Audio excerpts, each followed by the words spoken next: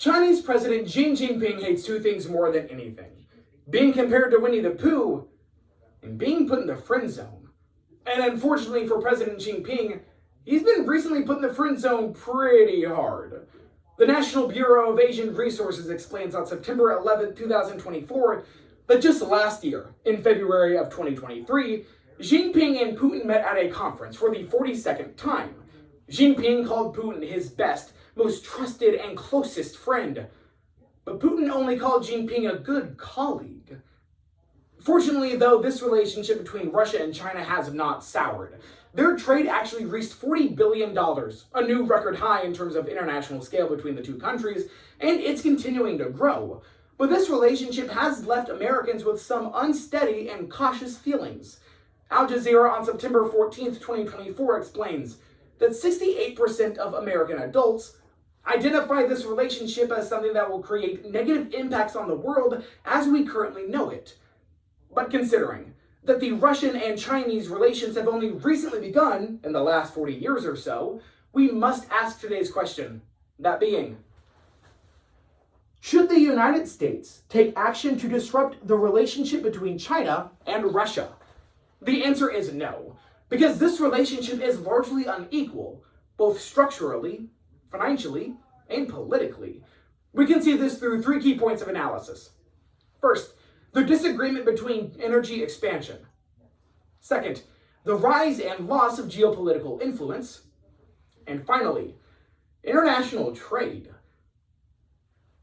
President Xi Jinping has been relatively good about keeping his feelings from not being hurt, but every once in a while, the rockiness of a relationship will catch up with that couple. And unfortunately for China and Russia, that's been happening a lot more lately than ever before, giving us our first reason as to why this relationship is unequal. Because the energy disagreements they have between these two countries simply do not align. The Guardian on January 1st, 2024 explains that China's main goal in terms of energy expansion is to move beyond the Middle East, where roughly 54% of China's overall energy is imported from. But when it comes to Russia's plan for energy, their biggest and currently clearest goal is to mitigate the damages that Western global sanctions have been doing to the Russian economy. They are not focused on energy, but China is. So whenever China decides to help Russia with those sanctions, like as the Business Insider explains on February 14th, 2024, and Russia does nothing to help China, this creates an imbalance between the two countries. China has put roughly $4.7 billion into helping Russia, but Russia, even if it currently is recovering from global sanctions, has yet to do anything to help China. Their energy plans are different, but so is their overall economic policies. Every relationship has rocky roads. Unfortunately, for some relationships, those roads are a lot more rocky than others, giving us our second reason as to how this relationship is largely unequal. Because in terms of geopolitical influence, Russia's lost practically everything, and China's gained it all.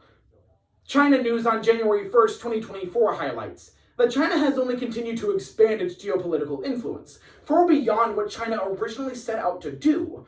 China is now one of the largest actors when it comes to both economy, influence, and even trade. But Russia's been declining in these three areas since 1989. Russia's seen a lot of difficulties, but China has seen nothing but increases in what it essentially deems it as a God-fearing state. They're basically the god when it comes to international trade, economy, and overall influence. But Russia's been losing that steadily and never had it to begin with. As the Morning Times explains on January 14th, 2024, the 2022 invasion of Ukraine actually hindered Russia in terms of its geopolitical influence, mitigating Russia's influence on a global scale and stopping them from really focusing themselves anywhere besides Ukraine. Once again, China has tried to help Russia, but Russia refuses to help China, creating yet another imbalance, not in terms of energy, but in terms of how they influence the global, how they influence the world on an international scale. Relationships will always come to an end, but unfortunately for us, and fortunately for Russia and China, this relationship seems to be never-ending and only on the up and up again, giving us our third and final reason as to how this relationship is largely unequal. Because the international trade between these two countries could never be replicated by another country. China is the single biggest dominating force in international trade. As China News explains on March 14th, 2024, China has gained roughly $3.73 trillion from international exports alone.